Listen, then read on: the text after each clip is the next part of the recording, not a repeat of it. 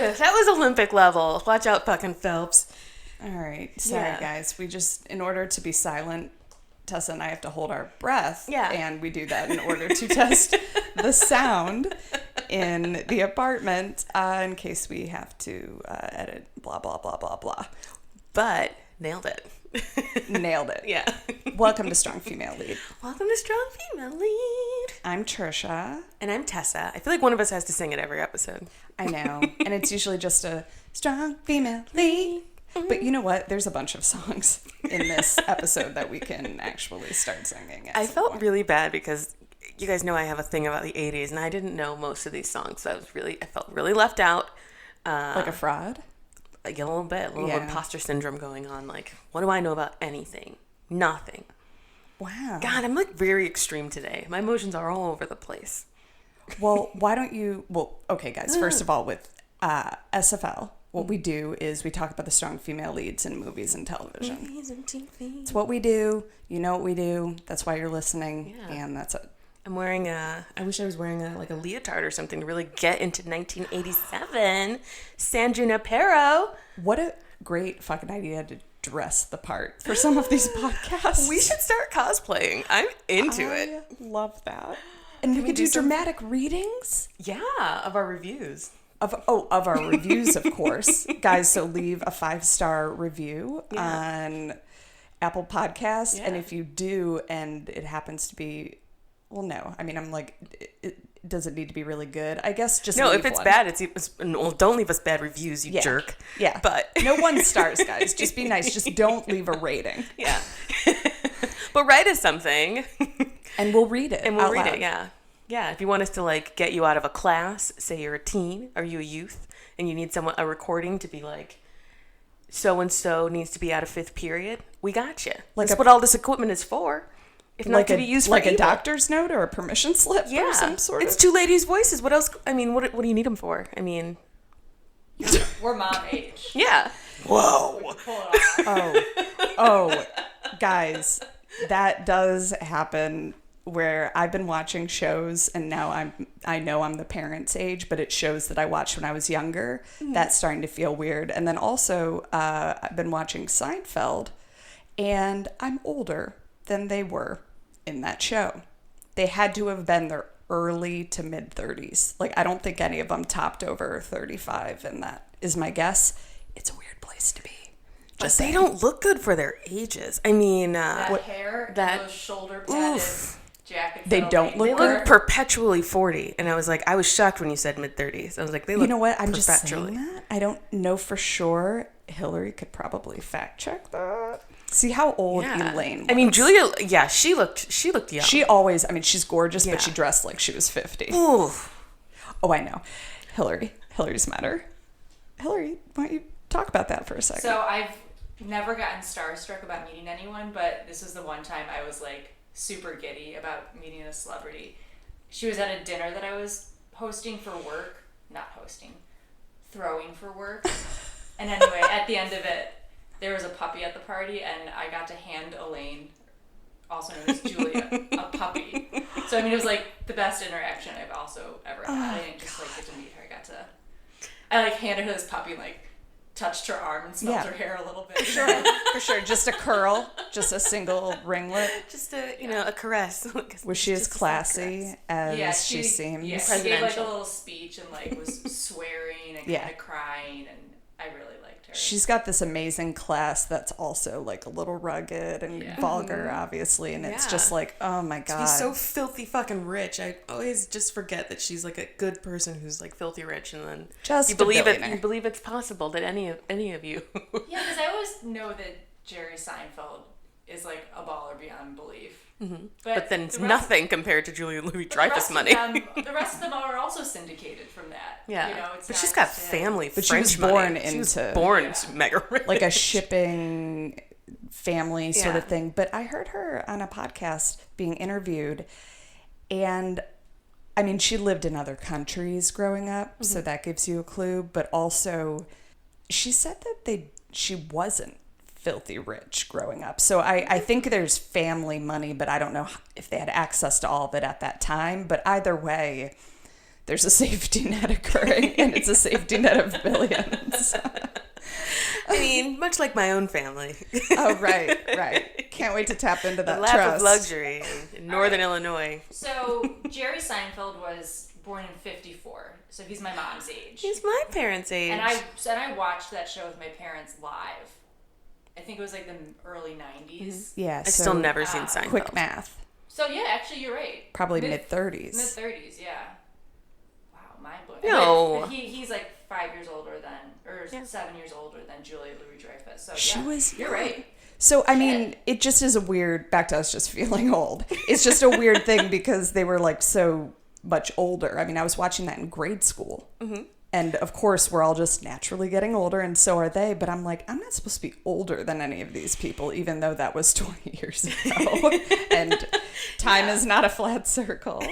As we've realized, we do age. Yeah. It's weird to have those time capsules. What kind of, what shows, what are you up to lately? What have you been watching, Tess? I have not been watching anything. I feel like I'm in like the midsummer blues where people keep recommending me things, but I'm like, I don't know. Like I watched an episode of Schitt's Creek and I was like, it's really not this good in season 3 as the first 2 seasons. I still like it, but I started watching season 3. But I did just hear that I'm Sorry with Andrea Savage is coming. The second season is finally coming to Netflix. So for those of us who do not watch regular TV. Yeah, I don't anymore. Right? And we finally get to see season 2. I'm so excited. I've watched season 1 like 3 times. I saw it once after you told me about it. It's fantastic. Yes. I love Andrea It's Savage. It's cringeworthy, so but funny. in the good, like it Curb Your Enthusiasm cringe sometimes. You're just like, whoa. Yeah. I love the episode when they think their daughter is racist. I'm just like, ugh. That would be the day that I wouldn't want to have a kid. Be like, oh man, that was fun. That was a fun adventure. A crazy little loop we just went in.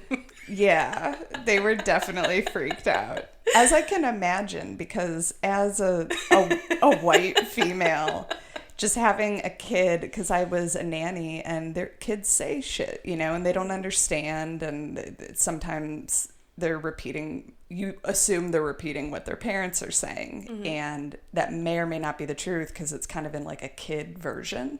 Without going into detail, it's usually something very basic, like why is the person's skin different color or something, which is fine, and then it can be kind of worse than that.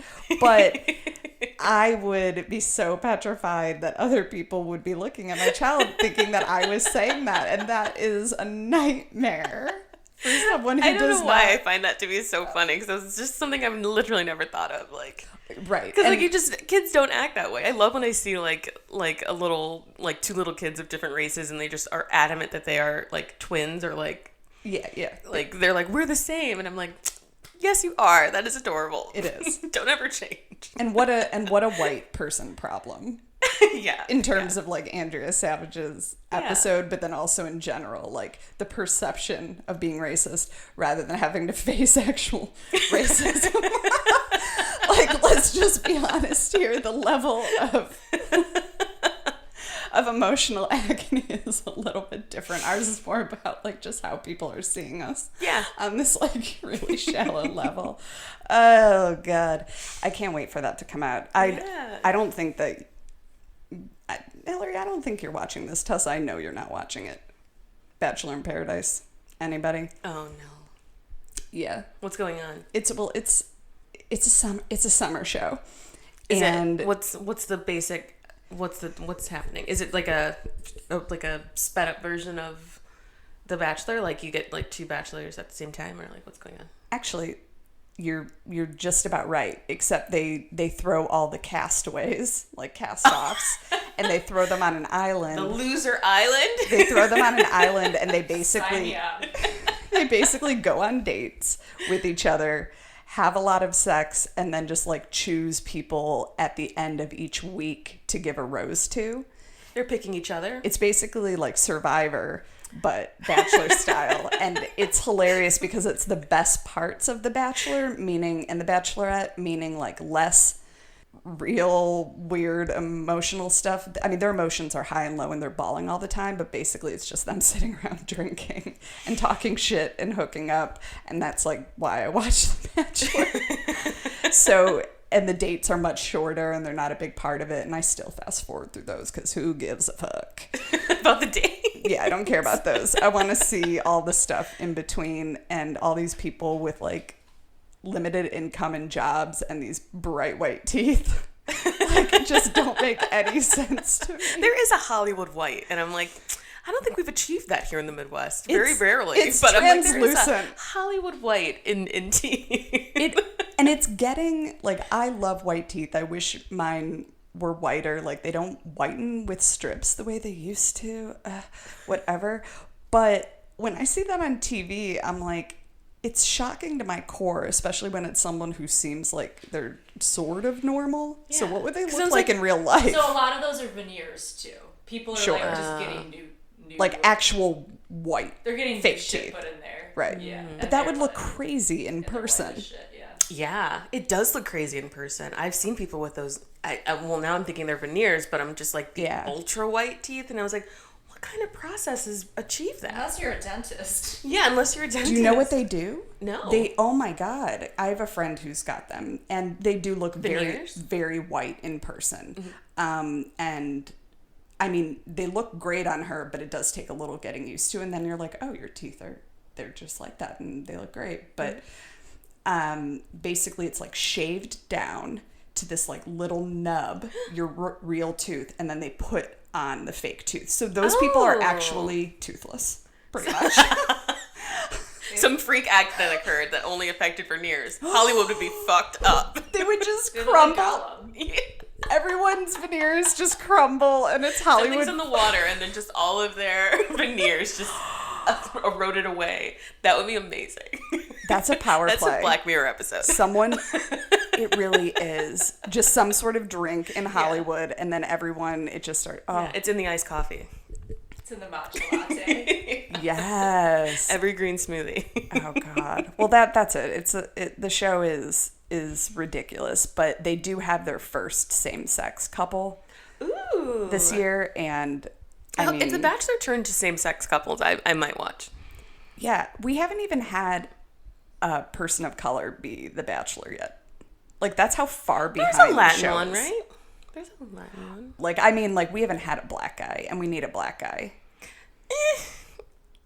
I feel like that would be a bad move for ABC. I was like, right now, Black Twitter doesn't care about The Bachelor, but this would incite some folks. So actually, it's a really good move for ABC. Make a Black Bachelor. Do you think it would? Because I think there's a guy who's in the running now, and he'd be the first one. I think it would be pretty. I think that there would be a lot of opinions. So if for some reason The Bachelor's ratings were in a slump, I'd say go with the Black Bachelor. Okay, you'll get some viewers out of it. Do you think because it's sort of the show is very like white cultured that it would that would be the backlash? I think that there would be a lot of opinions because just like on Black Twitter and in Black circles, like interracial dating is always a topic of discussion. So that would bring a lot of new viewers to see if having a Black Bachelor brought in more Black bachelorettes.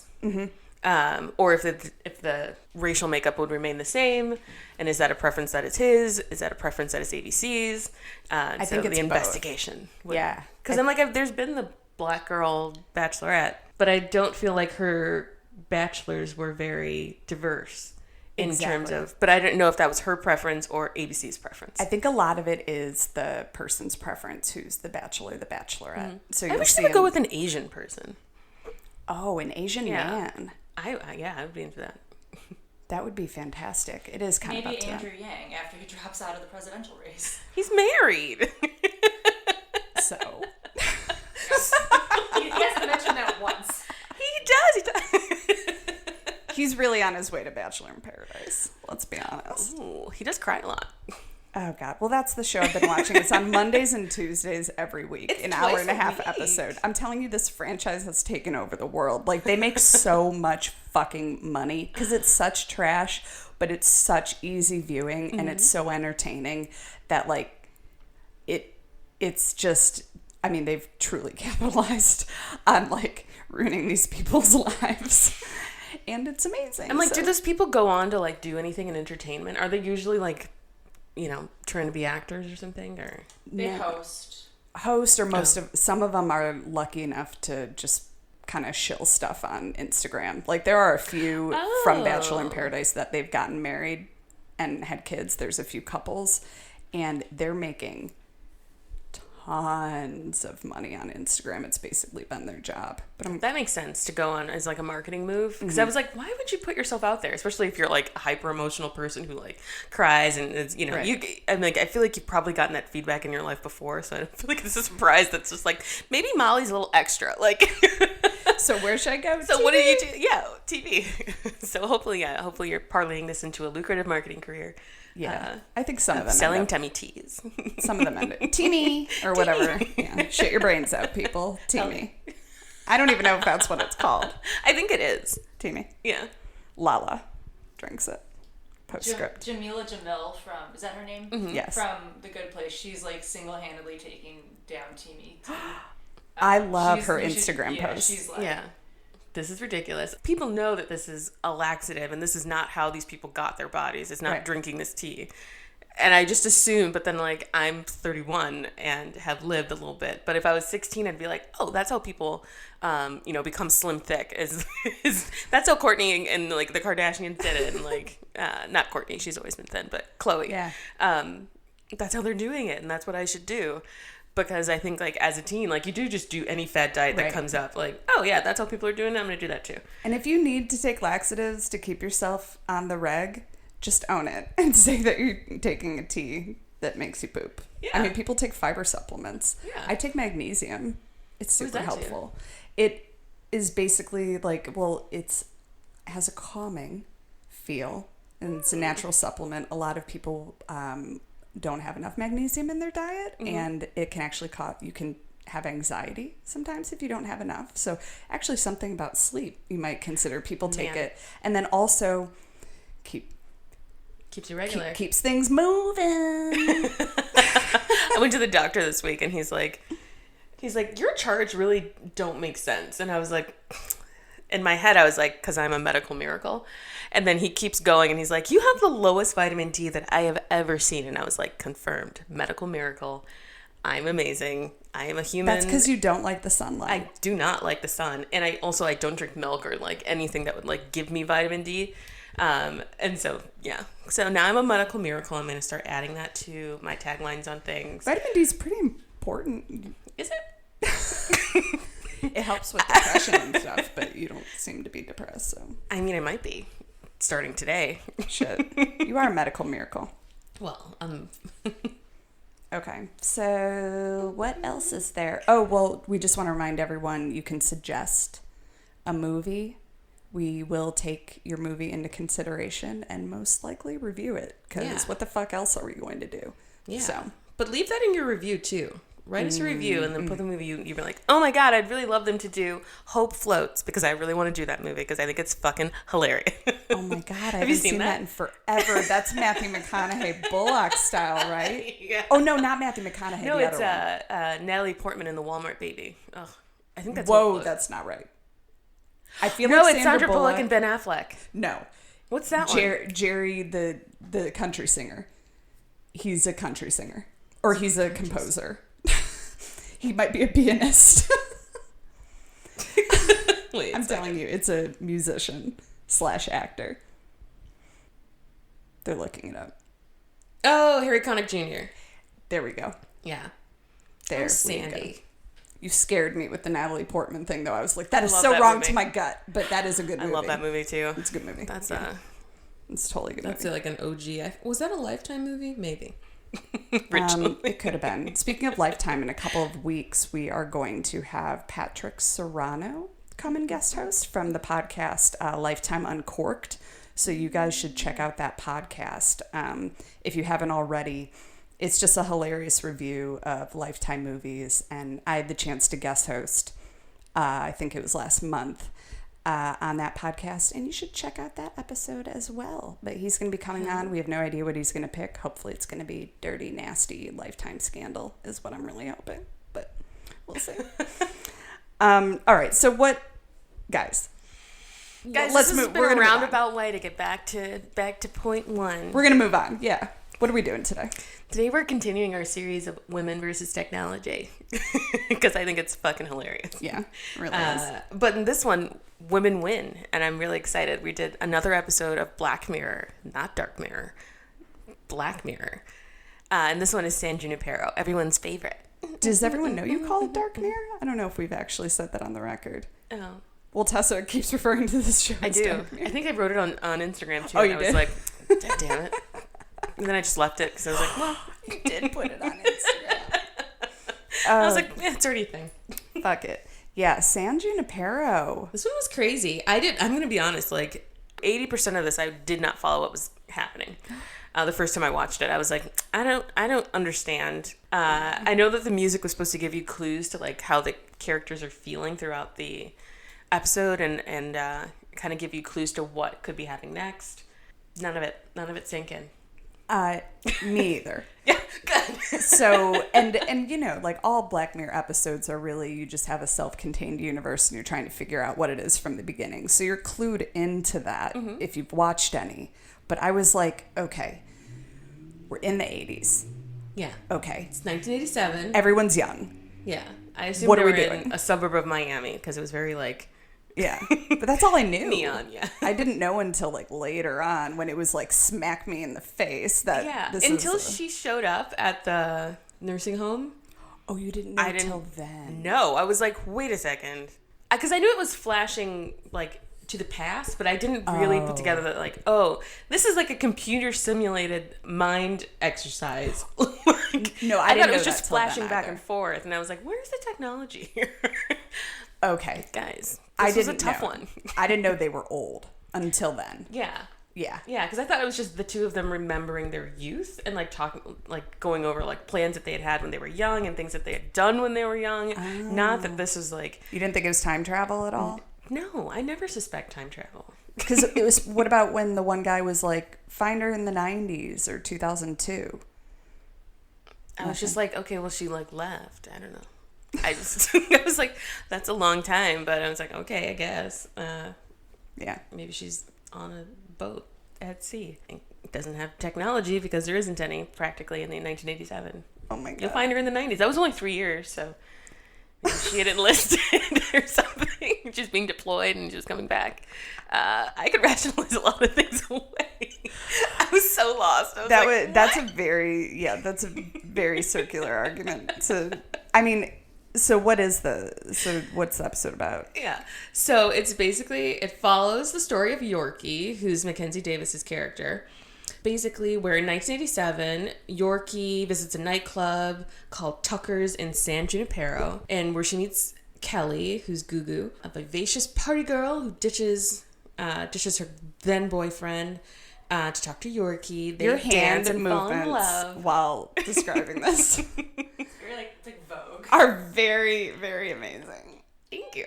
You're I welcome. am a natural dancer. I wish that you're a natural dancer. Of course. Like just your regular day-to-day Just like movements are dancing. like normal people would just like walk somewhere, and I like to think that I glide places. I love that. I want to glide. You got to. You got to put a little dance in every step.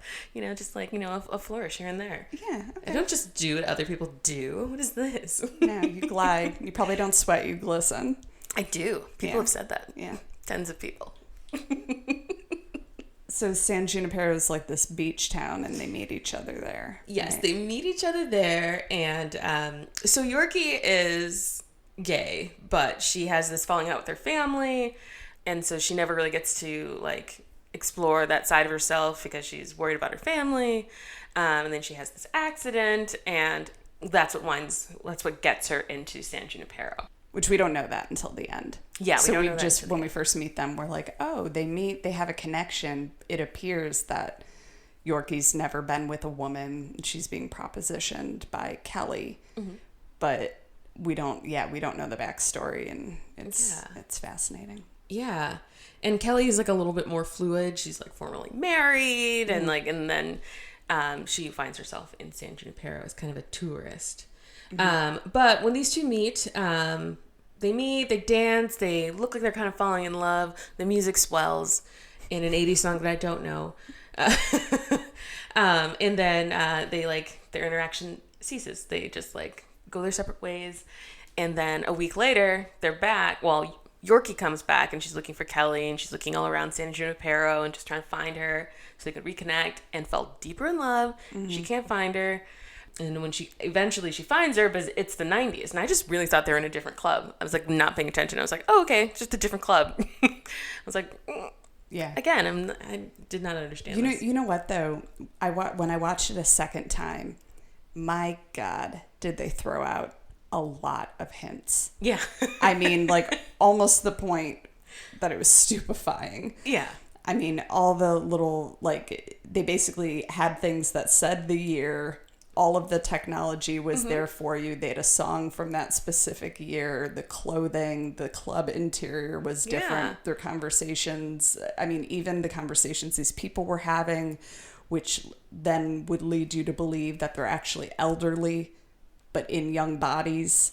In San Junipero, there were a few things. I just thought they were hipsters. I was like, One guy said his knees were worn down. That's and then, a hipster like, thing to after say. After And I he was like- finished dancing, he's like, well, yeah, my knees they really got worn down. And like, they were just it's I funny. don't know. I just assumed he rode a bike or like, know. you know. It was great. It was, I felt almost dumb watching I it the felt second really time. dumb. I felt really dumb the third time I watched it. I was sorry. I was like, yeah, it took 3 tries, and I was like, okay, I get it. The second time I got it, but the third time I like got the dialogue, and I was like, oh, you're just not a good listener.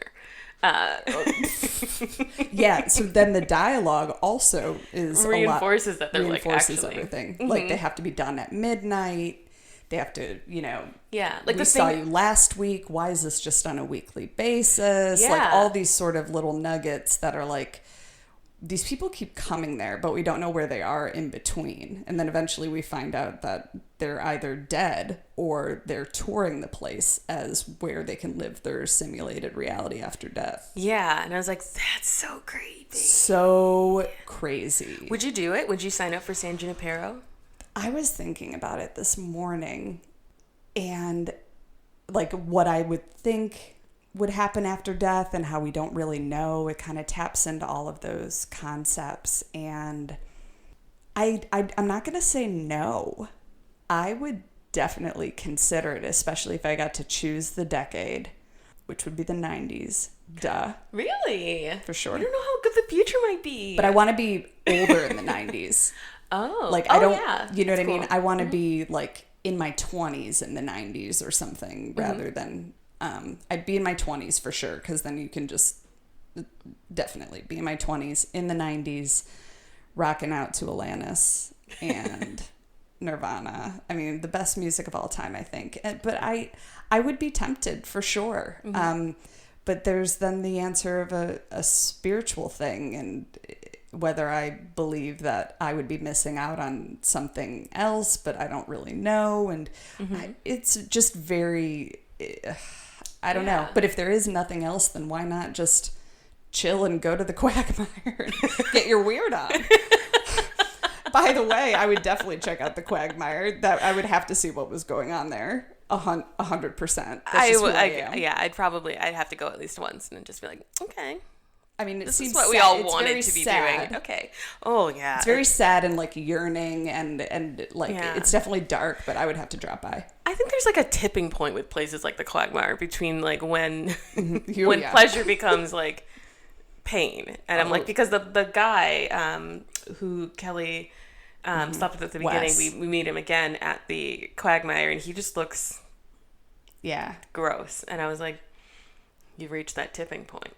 Yeah, and I wonder And then what? if he was even dead or if he was a tourist, you Right. know, and had fallen in love with someone who he couldn't be with and was still living his physical life. Yeah. Just very weird. But I agreed with Kelly when she said, you know, people at the Quagmire are searching for anything to feel. Because I wonder, that's what I would want to know. What are the feelings like in San Junipero? Because Yorkie seems to be feeling great feelings. But I don't know if are they all dead inside? That wouldn't make sense because then how would this love have occurred?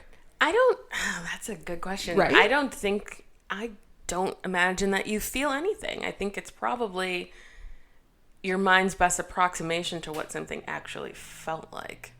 I would imagine you don't feel anything. You're just like, it's like when you force yourself to laugh at things that aren't funny. Mm-hmm.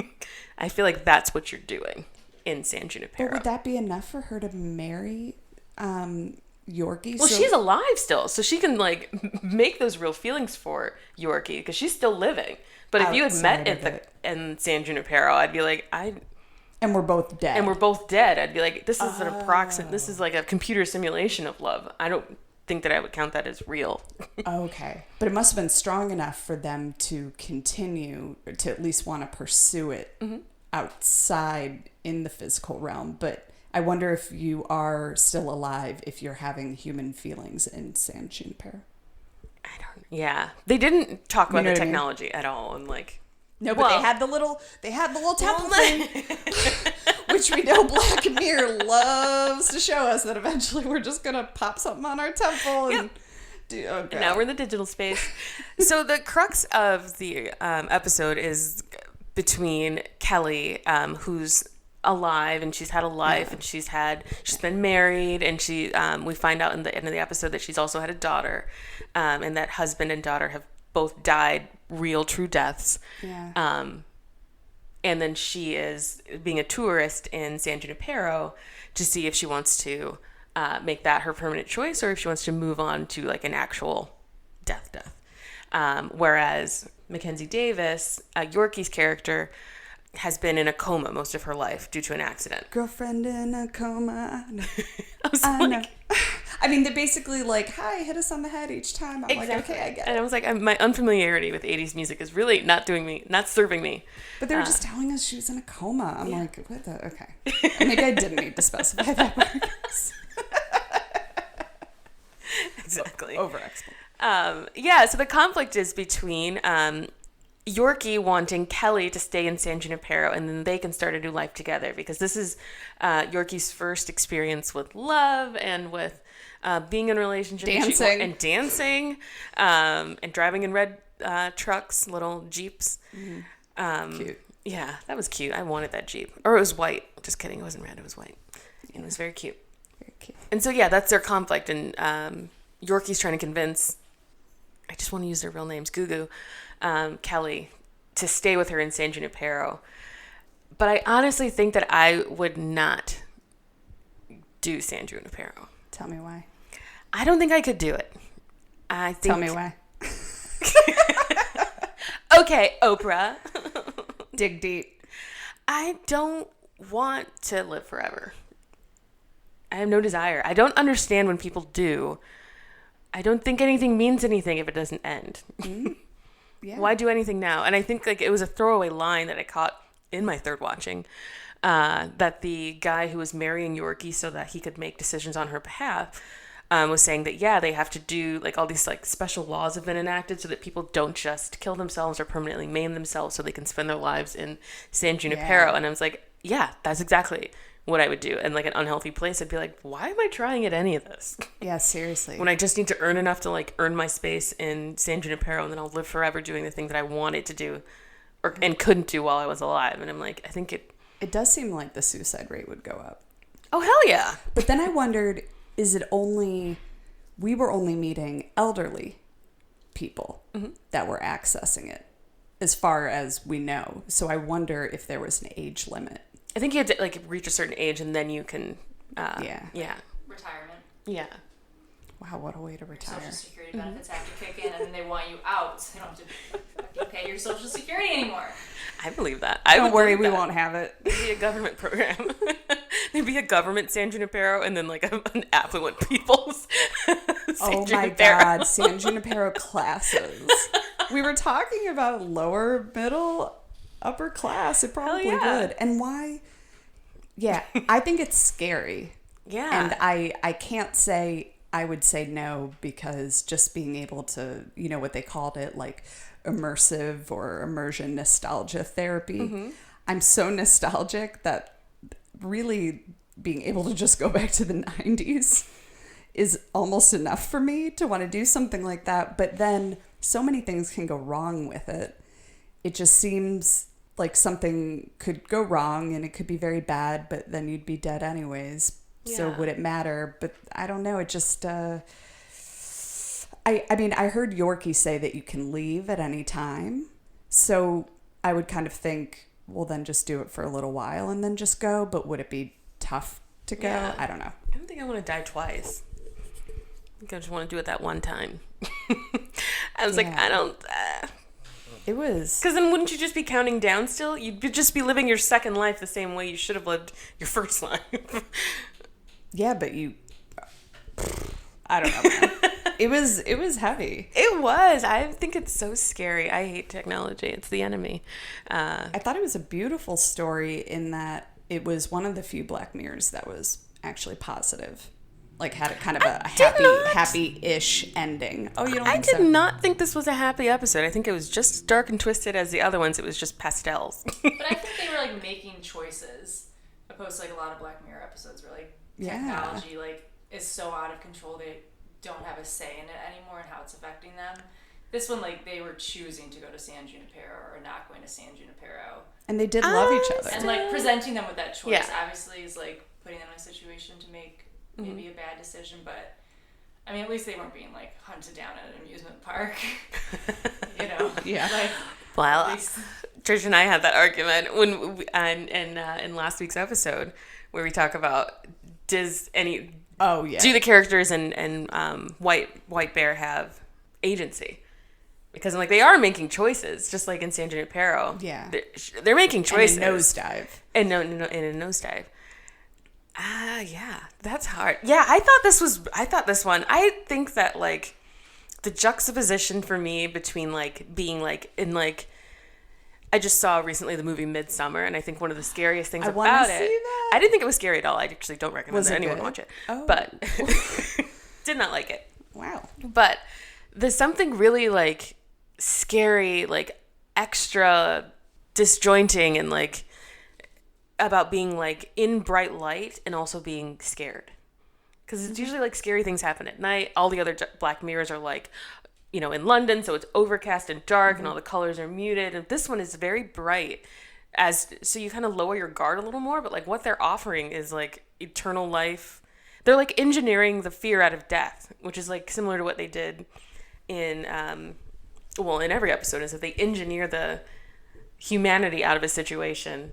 And then like, but then other chaoses. But then there's a come part from of that. humanity that fights it. Yeah.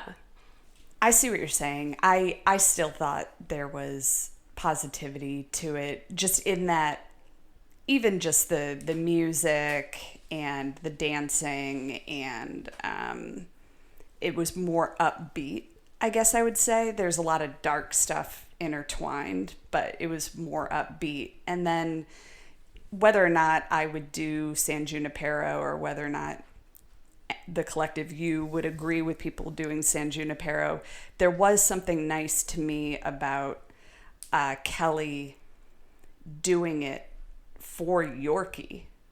It seemed like she loved Yorkie, but Yorkie had never had the opportunity to be in love or simulate love or express love to a woman, and had such limited life experience because she was a quadriplegic for 40 years that she was helping her have that experience. Like, I get why Yorkie did that. It was a life that she never had the opportunity to live at all. And I thought that was kind of a second chapter sort of thing for Kelly, and how she was able to kind of go her separate ways from, the manner in which her husband and daughter passed over, and have another love. And I don't know, the simulation part of it is like, ooh, what's real and what's not, but I thought it was more upbeat. I agree. It was more upbeat. Like I was singing, like, heaven is a place on earth. I did know that one. And that one was a little on the nose. a little. As well. Right. It began and ended with the song. I'm like, all right, how did I not, like, what's wrong with me for not seeing this? Just thought it was a nightclub. Oh, God. And the way they danced, too. Like, it cracked me up in the 90s portion. I wasn't old enough to go to nightclubs in the 90s, but I definitely basically had that same outfit that one of the girls was wearing. And I was like, oh, bring me back. It was like a plaid skirt and a blue sweater. Like, why am I dressing for school at a club? But I am, because it's the 90s. Yeah. I don't know. I did really enjoy the love story about between Yorkie and Kelly. I thought I agreed with Kelly's choices. Like I think if I was writing that character or if I was that character, I would make the same decisions Kelly did. Her logic was on point, and I actually was a little surprised that she did do San Junipero, because like what she was saying made sense. Well, she didn't. She's dead. She died. She died a real death. But then she drove away in the car with... Whoa. She died a real death. Oh my God. Hold on. What? Yeah. She's telling Yorkie, she's like, at the end when she's confronting her, and she's like, you never even asked about my husband and all of that. But then she met her and they drove away during the credits. I think she said she was going to die. Yeah. And I think she pulled a fast one on her and came back. I thought she surprised her and came back. Yeah. She was like in the think dress, so. right? Yeah, they met and then they were... I thought that was them... They got married so that she could make the decision so Right. Yorkie can stay. But I think she actually was going to die. Well, that is... She was just like alive still. She wasn't dying at any point. She was in good health. Yorkie was the one who was going to die, so she can still come to San Junipero. She wasn't in good health. She had... Well, she wasn't like on her last legs, like legs. That's a bad choice of She was words. euthanized. She was euthanized. Last legs. She was euthanized. And Yorkie was. also, Kelly was. When? They showed her laying down and getting the same thing put in her veins. We need to check this out because I firmly believe that she surprised her. She said no, but that she came back. I don't like it then. We can move on, but we got to find that out because that is interesting. And yeah, because Black Mirror does that weird thing with the credits sometimes, but also it could be a memory of them, but they were in their wedding dresses. And how would Yorkie be still having that if Kelly wasn't there? Because Kelly did die because they showed her It's a simulated tombstone. reality. But you can't create. Can't you? I mean, then come on. That wasn't happening at all in the episode. They wouldn't We don't throw it know on what them. was happening in the episode, and that's obvious. But that would be like we could do that. Then she would bring her husband in. Like, Well, Yorkie he's would- never been to San Junipero, so he has no files there. He died a real death without ever being involved in San Junipero. That's why he's never there. But Kelly has been there. Yeah, So it very well could be. But this is not really Kelly. I think if I was Kelly, I would have chosen to die. Yeah. I don't want to. I think like if I had kids, I don't want to live in a reality where they're not there. Yeah, that would feel weird. That part. Especially if you get to keep all of your memories. If there was some way. Depends how great your kids are, though. Yeah, if your kid was like a. Yeah, if you have a real murderer. shithead kid, make your way to C'est la San vie. Junipero. C'est la vie. Last two legs. Oh. That was Tessa's. Sorry. I'm just repeating it as a horrific callback. I'm sorry. Talking about a quadriplegic, but I'm doesn't. sorry. Oh, and another funny thing is, I mean, not funny, haha, but like a little nugget. She was walking everywhere, which I liked because she was able to walk. So you can simulate different realities. So. Well, yeah, but I think it was just her before the accident. But what I'm saying is she avoided cars most of the time, it seemed, but she was walking and she was able to walk at a certain point in her life. I got to tell you, girl, I'm not meeting you anywhere with this. Let's find out. Hillary, what's the answer? So I'm on vulture.com and it starts off saying that they both cheat death and decide to go to San Junipero, but a lot of fan theories say that Kelly never actually passed over and she decided to be with her husband and her daughter.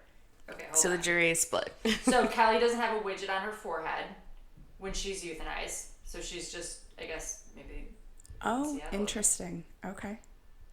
I wonder how that works, but neither did Yorkie. She didn't have it on her when she was euthanized either. And they say that you see her in the end in the credits, but that might not really be her because they can literally make anything seem real. They can literally simulate Kelly.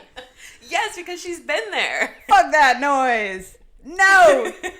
Changing the rules of the universe. I don't like it, and I'm usually fine with it. This time I'm not. Well, because but I think like this was the only way for them to have a happy ending, and it does fit the tone of what they were doing in this being a more upbeat episode, especially the episodes before this. This is season 3, episode 4, and the ones before this were dark. Yeah. Oh, yeah. Dark. Well, you know what? That would be fascinating if that was it, because then I totally bought it. But I guess we would only know if the writer would tell us. Maybe it was like that for a reason. So you could buy into each one. Yeah, I think it's designed for you to choose your own reality. Ooh. The whole episode. So Banderdash or this is Backlerdash. this is like another little nugget. Remember when Yorkie's standing by the video arcade and that nerdy guy comes up to her and he says something along the lines of, the game turns out differently if you play with one player or two player. So that's like a hint to the end of the episode that it's like a one player or two player thing. And it could, there's, I guess, an ending for both.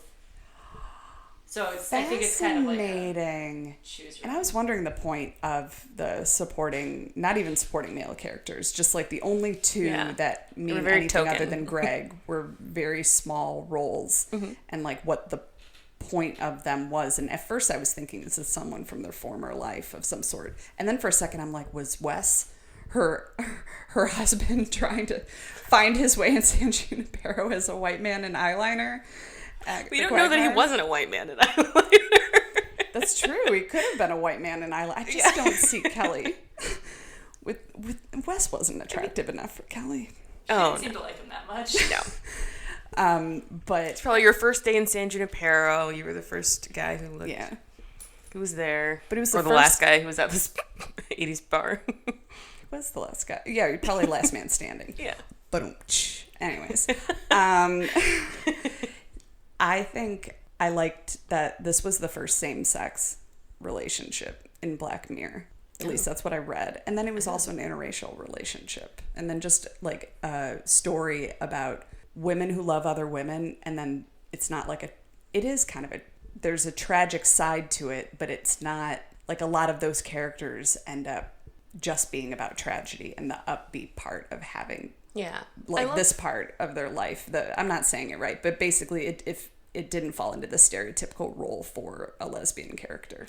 Yeah, I really liked that neither one of these characters self-destructed in the face of what was happening, because this is the ultimate thing. They're going to die. It is going to end in some way. And I like that they didn't just like self-destruct and like, kind of fall apart in the face of that. And I was like, I think that those were strong female lead quality characters. So I think that both Gugu and their names are both Kelly Gugu and Yorkie. Kelly and Yorkie. They're both obviously top billed. They both have their agency, which is the trickiest part, I think. And then they both move the plot along. Kelly changes the plot a little, and the whole thing changes, and we're following the story from Yorkie's point of view. I think that I think they're both SFLs, and I think again the hardest part is to have your agency and make decisions, which is why, like in my mind, since it's undeclared, like for me the pivotal point for Gugu's character is deciding to die. Yeah. And exerting her agency, because it seems like when she's giving that like impassioned speech, it's like she's made up her mind and she's resolute about doing this thing but it's also like her honoring her commitments, which seems to be why she's chosen to be in San Junipero, is because she honored her commitment so like fervently that it was to her own detriment. For a release. Yeah, that she needed this second chance at youth to explore the options she didn't, the path untaken. But I still think she died at the end. I love how she described her marriage, 49-year marriage. It was so fascinating. She said like the love, the yearning, the boredom, like just being in boredom. I was like, oh God. I mean, sad, but true, and that amount of time with someone is a commitment. And there's a beauty to it though, because there's facets of life that are boring, and someone is going to be boring at times, and maybe for years. Like if you're with someone for almost 50 years. But it just like it's a long time. It's a long time. But It's like, yeah, do marriages hold up in San Junipero? You're like automatically divorced once you start. it was just funny to have Because that. it's until death do us part, and then so Yeah, you're right. And I mean, yeah, I don't know. It just, and that's funny because I'm getting married soon. But like it is kind of, I think that there's a sort of deeper love that connects people through those times, and I think that's kind of the beauty of it. Like I think the being able to have the negative parts with the positive, and being able to experience all that as a whole is part of the commitment and what's so amazing about it. And 5 decades does seem like an extremely long time. Yeah. But that's why, and then when she was given this chance, she explored a little bit. I think they were both strong female leads too. I agree with everything. I think they were top billed, moved the plot along, had agency, all of it. Yeah. I'm just like thinking about this like theme of time now that I didn't really consider in my original 3 viewings of San Junipero, and how, especially that speech that Kelly is giving about how that 50 years meant so much, but she's looking at eternity, quote unquote, with doing it again for eternity with. Yeah. And I'm like, I again think she died, But in an eternity where they don't age. I don't think aging is like part of the I think it's the time. I think it's the aging and the time. I think it's her like the way that she commits as like that she was unhappy at points in that, and then after the daughter died, it got bad, really bad. But she was committed to her marriage and her relationship, and I think like in the face of, despite how much she loves Yorkie, to not choose herself, and I don't know. I think I'm just putting this on myself, and that I would choose myself. Like I've already committed 50 years of one life to one person, and it was beautiful, and we did something amazing. And I'm like, I want the time that I had in San Junipero with Yorkie to just be the thing that I had with Yorkie. Because we don't actually know how long they were in there. I'm assuming it seems like 2 weeks. Right. Of a relationship. And Kelly makes it sound like she does want to just have fun in San Junipero, but she fell in love. But the eternity thing, it's interesting. Because I was like, how do you break up in San Junipero? Until death do us part don't apply. Oh, I'm sure the legal confines of marriage don't apply there. Like they did that in the physical world. Yeah. I mean, she dumped that guy. He was like trotting after her, and she was like, bye-bye. But that's just a boy. You can just ditch Last boys week all the was time. last week. I know, her sass was everything. Yeah. I loved it. Yeah. Oh, God. The thought of eternity doesn't excite me. No, it doesn't mean, and I don't think I would be able to stay there for eternity, but I'd love to I would definitely visit. I'd go to San Junipero now and go back to the 90s if I could. Yeah, I'm like, where would I want to go? Like, if I could live in any period of time. Are you going to say the 80s? Because you love it. Never. I'd probably just like go back to like 2010 and warn everyone. I guess it's not real time travel. He's coming. You could go on Twitter and do some back tweets. Was Twitter around in 2010? Yeah, it was. I think so. Yeah, I think 2006 was when when social media became real. Except for Instagram, that's 2010 or 11. You could figure out, go and back tweet and say stuff. Trump. Yeah, but it wouldn't matter if I was in a computer program. No one would be listening. Hillary, where would you go? I guess I'd want to. Can you go someplace you've never lived before? You'd want to choose that randomly? Oh, but not for eternity. Just to. Yeah, I mean, like, could you try out the 60s? Or do you have to have been alive to go back in time? Like, could I not go back before 87? I would imagine since it's a computer simulation, you can go wherever you want. Like, if you wanted to go prehistoric, you could probably do that too. Oh, changing my answer. Definitely going to go prehistoric. Did not know that was an option. You will see me with cavemen. Yeah. Leaving my Instagram handle on the walls of a cave. Oh my God. I'll be like leaving all these artifacts. I would never go prehistoric. I actually would go 60s. Like you just said, I can't believe I didn't say that. Yeah, I would try something. If we could choose something we never had been to. Yeah. I think I would do like whatever the world's, maybe like 1906. I want to see like a World's Fair. I want to see all the old timey inventions and stuff. The 60s is too recent. I could look at a photo and be like, I get it. 19 teens, when everything was crazy and they talked in their transatlantic accents, I was like, oh yeah. Hey, we've got a call. We've got something. Something's on the wire. I just want to say that. Smoking your little sickies. Yeah. I like it. The war's on. The boys are coming home from the war. Ooh. Ladies, Daddy-o. get yourself ready. Oh yeah. Prep yourself. Say things like cat's pajamas and B's and E's. I like that. It's so innocent. Yeah. It's just And the hair, and I love those little hats. So I would choose the 19 teens. That's a good enough reason as any. Yeah. This really smart haircuts, and I love to call things smart. So that's the episode. Yeah. I'm on the fence. I need a second to think of what I would give this out of 5. I'd give it 4 out of 5 Black Mirror temple things. The virtual reality things they use. I don't know the name for them, but that's what I'd give it. I like it. I'm going to give this 3 full sandcastles and 1 that's been partially washed away. So 3.5 out of 5.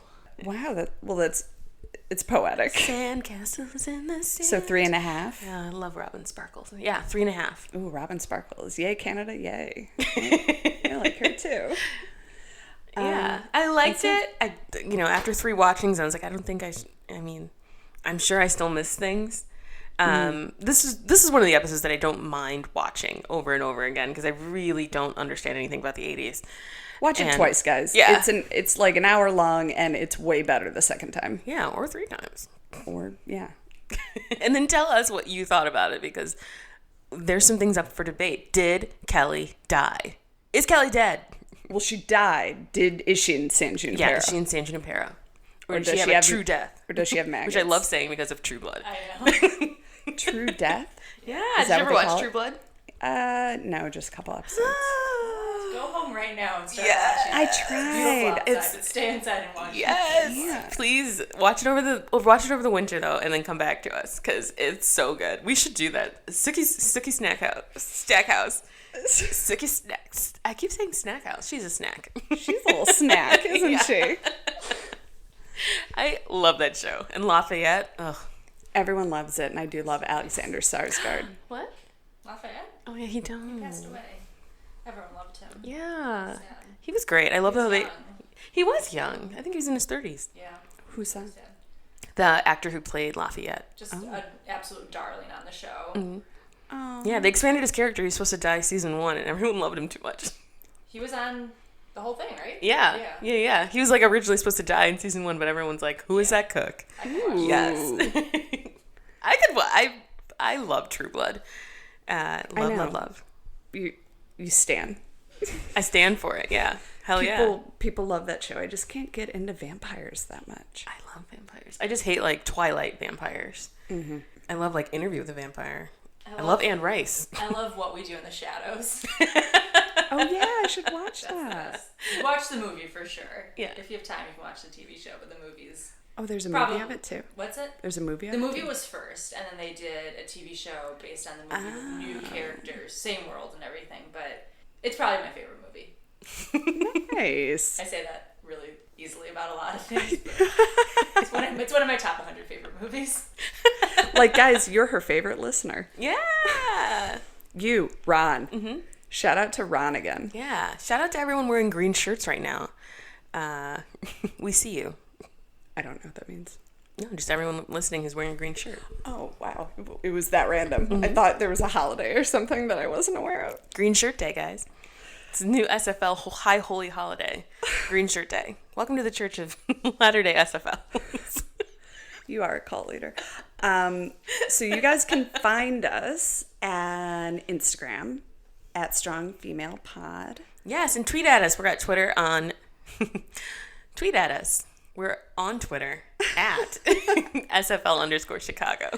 And Facebook, Strong Female Lead Podcast. Yeah, and that's it. I think that's it for this week. That's it. No more Black Mirror. Don't ask about it. Yeah, we're done. And, find us on social media. Let us know what... Yeah, and leave us those reviews. I've got a lot of voices. I can do some accents. So Yeah. be specific in how you'd like your things read. Yeah. All right. Until next time. Yeah. Bye. Bye.